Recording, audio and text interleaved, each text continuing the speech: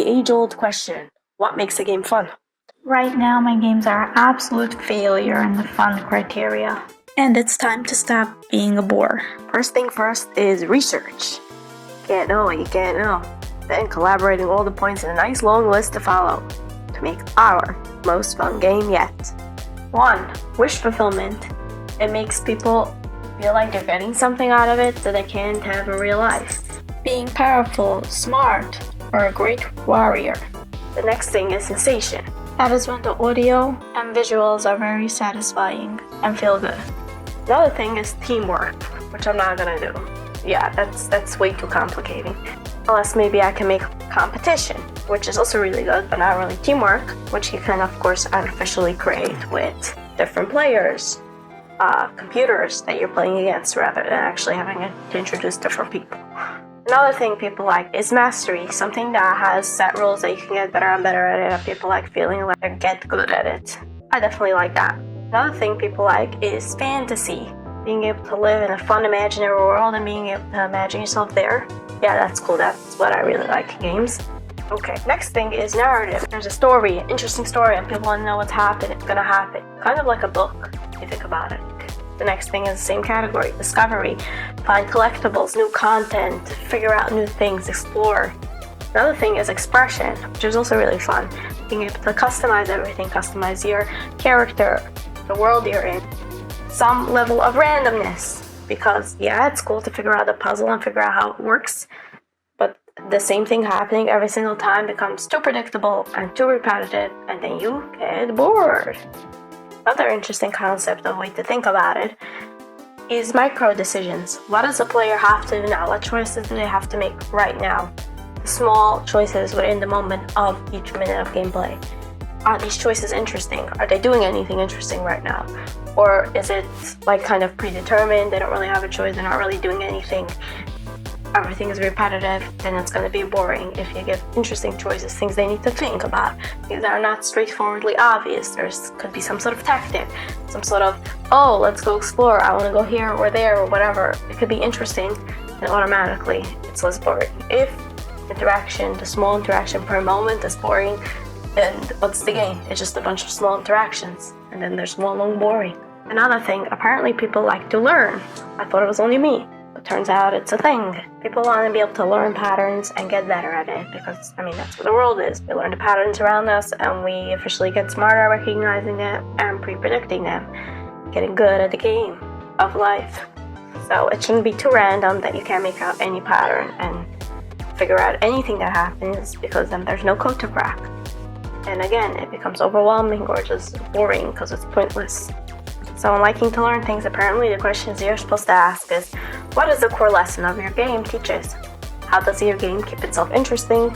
And at what point will it get boring? The further away at the end the game will get boring, the better. The less boring it clearly is. And also stuff like being able to see progress and progression, like what you're gonna get, what's the next thing. And just general rewards tend to be apparently motivating. Of course, fantasy narration, discovery, and expression are out, as they require too much content to make them work for this game, and instead we're going to focus on sensation and mastery, maybe some randomness, progressions and rewards, and just a generally fun game loop. Hope I'm not putting everything I just said in the garbage and just doing something else. The simplest way I can think of to make, while keeping with its rules, is to make one single level that gets harder and harder, and the longer you survive, the more points you get. And then you see your score at the end, and then you get motivation to try to do it again and beat it next time by staying around longer in the game and keeping it going for longer. So you got progression, you got your rewards, you have your competition against yourself. You don't need to create anything else. Keep the art simple, which is going to make cool sound effects, cool visuals, satisfying effects when small things happen. Focus in on the few small interactions that's going to happen in the game, the few small mechanics, and we make sure the micro decisions there are fun and interesting. Make different random interesting things keep happening, so there's a little bit of randomness there, but still having enough of the pattern recognition so the randomness feels like a fun thing. Now, sitting here and thinking about simple games that the score goes up but are fun. Some ideas like Fruit Ninja or Tetris or I Spy in a game that gets harder and harder. Those are all games I've played quite a long time because they're low stress and just fun to try to beat your old record. I needed an original take on that. You'll hate me and tell me how unoriginal this idea it is, but here it is. Of course, there will be a dragon that will fly around, and we're gonna have things like coins and treasure drop from the sky, and the dragon is gonna try to catch it. The things you catch, that's their points. We gotta keep this interesting. We're gonna make other things fall in the sky also. An important mechanic I left out is the dragon can of course breathe fire, in case you missed it. And to make the game get harder and harder, there will be a wall that will appear that will slowly shrink the playable area. And you have to breathe your fire at it to make it go down. The level, the quicker the wall will come. So if you don't burn through the wall quick enough, you will get crushed, and that's when the game ends and it starts again and you can try to beat your record. So now I will try to make it and see how fun it is, and if it's not fun enough, we will tweak it and tweak it and tweak it until I can make it as fun as humanly possible for me, clearly. I mean, compared to my other games, this should be the most fun, simply because I'm actually trying to make it fun. The only mechanics I've practically ever had in my game was dialogue and cutscenes, if you want to count that. So this is a totally new mechanic. So yeah, wish me luck. Well, I've been slowly adding more and more features, and I have no idea why I thought this was going to be a simple game. There are so many mechanics I have to make for just a simple game, apparently. I feel like I'm very much in the grind zone now, I have to see it through. Funny thing is, each time I play this game, I get distracted because it's probably the most fun game I ever made. Or more correctly, the other ones were so story heavy and I kind of knew the story already. This one's just a cute little game, so you know. The next thing I need to do is design when the levels switch from one to the other and what exactly should be getting more and more difficult per level. So I'm writing out some ideas here.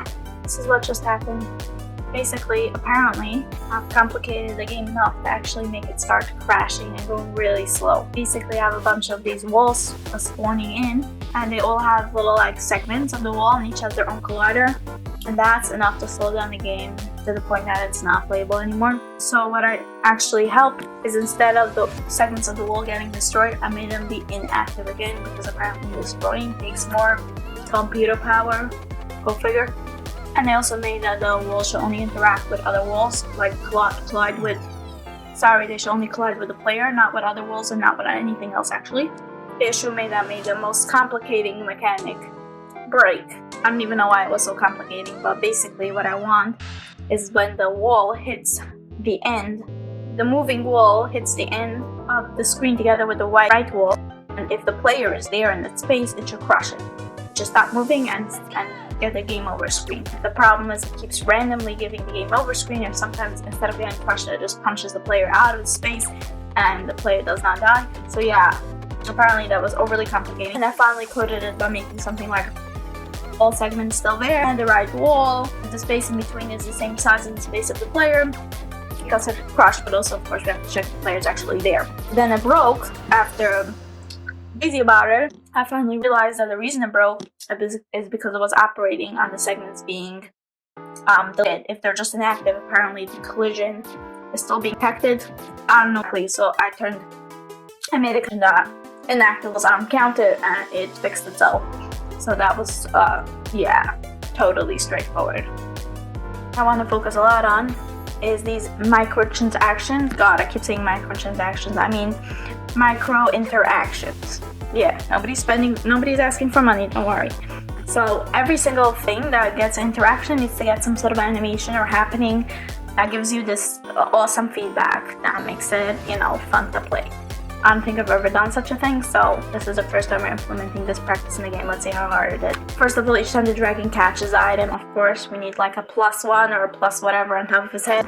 The next thing is whenever the score goes up, the numbers in the score should be like maybe bold and colorful or something. If there's a high score, we want the same effect, like the bold letters flashing. I also think each time a new wall spawns, there should be that. Maybe like outline, or maybe like squash and stretch. Like obvious, a new wall has joined the scene. And I'm thinking maybe also something about the wall, instead of just disappearing, maybe something. I'll have to think about that. I think that's what I'm gonna focus on now. I was working on making this. I basically wanted each time it levels up or something more interesting happens to have a kind of confetti effect or something like that. And for some very odd reason, it was like not working. I don't know. It was just not showing up. I think it was because on my text is a UI element and the protocols are just game object and that needs to be triggered by the text, whatever. You know this type of thing where you're debugging for so long and you can't figure out the problem, and then like it somehow starts working, and I'm not even exactly sure what I did before that was wrong, and now what I did that made it work. It works. So yeah, 5 hours on that. And after that, the game is officially complete. Now, was it successful? Did I make a fun game? From my side, since I kept getting distracted while playtesting the game, I would say I found it fun.